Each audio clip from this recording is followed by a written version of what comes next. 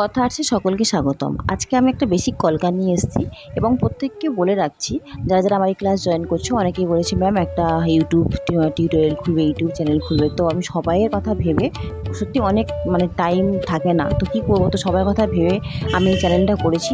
আশা করি অনেকের উপকারে আসবে।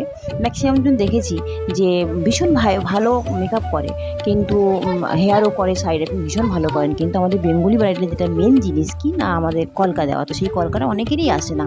তো সেই তাদের কথাই ভেবেই আমার আজকের এই কলকা করা। এবং আমি পরপর 10 দিন পার ডে হয়তো আমার দেওয়া সম্ভব হবে না, কিন্তু আমি একদিন পর কিংবা দুদিন পর আমার ক্লাসগুলো ফলো করবো। আমি 1 2 3 4 এরকম করে লিখে যাবো, পার্ট 1-এ কী ছিল, 2-তে কী ছিল, এরকম করে। তো আজকে আমরা সেই বেসিক কলকা নিয়েই এসেছি। সবাই আশা করি স্টোকগুলো শিখতে পারবেন ভীষণ শর্টভাবে, ছোট্টভাবে এবং খুব ক্লিনভাবে দেখানোর চেষ্টা করেছি। তবে হ্যাঁ, একটা কথা বলবো যে এখানে আমি দেখিয়েছি, আমার ভিডিওটা ঠিকঠাক করে করা হয়নি, কেন ফার্স্ট টাইম তো আমার একটু উপর থেকে নেওয়া হয়েছিল, তো সেটাকে আমি ক্রপ করে আমি যতটা পেরেছি দেখানোর চেষ্টা করেছি।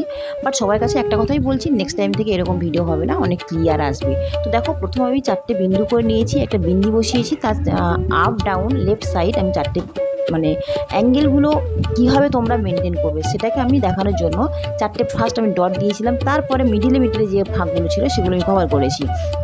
দেন আমি কি করেছি, right side and left side আমি ডট দিয়ে নিয়েছি, মিডিল অ্যান্ড এন্ড।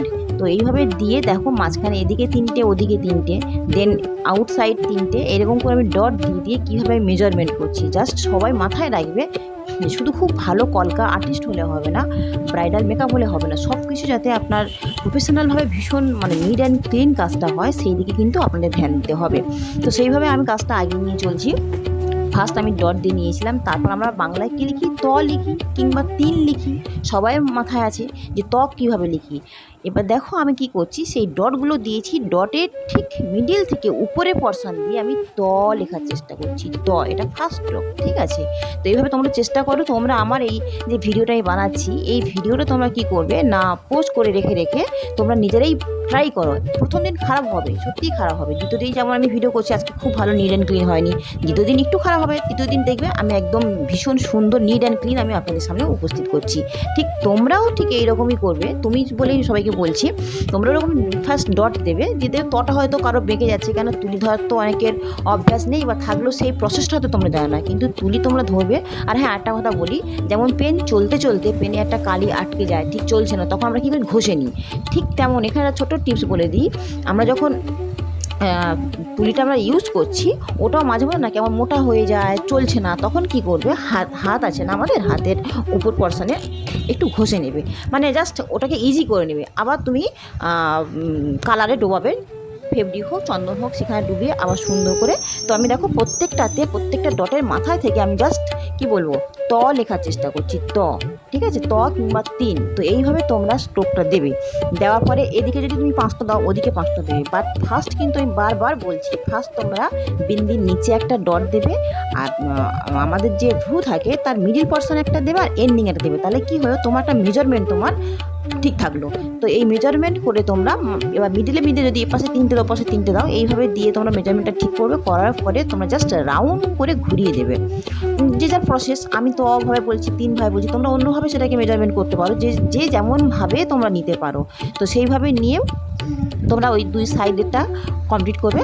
কমপ্লিট করার পরে এবার আমি আসছি মিডিল পর্শন দেখো, আমি 2 সাইডে 2টো এরকম ডট দিয়েছি, দিয়ে এদিক থেকে আমি স্টাইল এরকম দিলাম, এদিক থেকেও দিলাম, দিয়ে আবার একদম মিডিলের উপর পর্শনে একটা আপ ডট দিয়েছি, একটু তার নিচে একটা ডট দিয়েছি, দিয়ে প্রত্যেকটা দেখো ওই সিম আমি আজকের সব ডট দিয়েই শেখাচ্ছি, যেহেতু বেসিক ক্লাস, তো আমি বেসিক জিনিসই স্ট্রোক শেখাচ্ছি।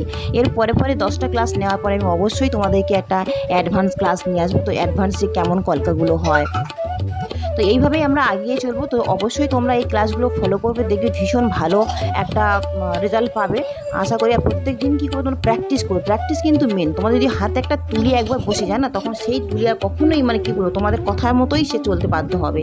তো এভাবে আমিও একদিন করেছিলাম, তো আমারও হয়তো প্রথমে এরকম আসতো না মেবি, তো সেটা আমার অতটা খেয়াল নেই, অনেক দিন আগের গল্প তো তো তো এখন তো আমি যেমনভাবে চালাচ্ছি তেমনভাবেই চলে। তো দেখো আমি প্রত্যেকটা স্ট্রোক কিন্তু একটা করে ফার্স্ট ডট দিচ্ছি, মানে যদি আমি লেফট সাইডে ডট দিই, ডান সাইডে কিন্তু সেই অ্যাঙ্গেলে আমি ডটটা দিচ্ছি, যাচ্ছে লেফট সাইড না বেঁকে যায়, রাইট সাইড না উঁচু হয়ে যায়, এই জিনিসগুলোর প্রবলেমটা একদমই থাকবে না। সবসময় তোমরা মেজারমেন্টটাই মেন, একটা মনে মনে ছক কষে নেবে যে না আমি লেফট সাইড যদি সামান্য একটু সরে যাই তো রাইট সাইডে আমার সরতে হবে, মানে এইভাবে। আর কখনো হয়তো বলে দিই, হয়তো কলকা করতে করতে কোথাও হয়তো ডটটা বেশি পড়ে গেল বা কালারটা বেশি পড়ে গেল, তখন একদম ঘাবড়াবেন না।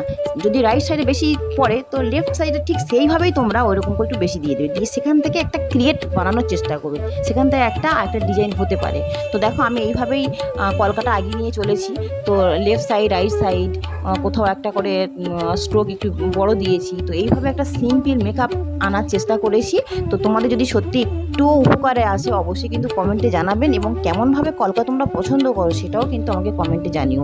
তোমরা না জানালে, তোমরাই আমার মানে কি বলবো, না জানালে আমি কিন্তু সামনের দিকে এগিয়ে যেতে পারবো না, আমি ভালো ভালো জিনিস কাজও করতে পারবো না। তো তোমরা কীভাবে কেমন কলকা চাইছো, যেহেতু সামনে আমাদের ব্রাইডাল প্রচুর আছে, তো আমি সেই হিসাবে মাথায় রেখে আমি পরপর ব্রাইডালের মানে কলকার ক্লাসগুলো নেওয়ার চেষ্টা করছি। তো আমি পরপর এখন ডিজাইন দিয়ে যাব ব্রাইডাল কলকা। তো নেক্সট দেন আমি তারপরে আমি পানপাতা আসবো। পানপাতা আমি অলরেডি একটা ভিডিও ছেড়ে দিয়েছি, তো ধীরে ধীরে আগাচ্ছে।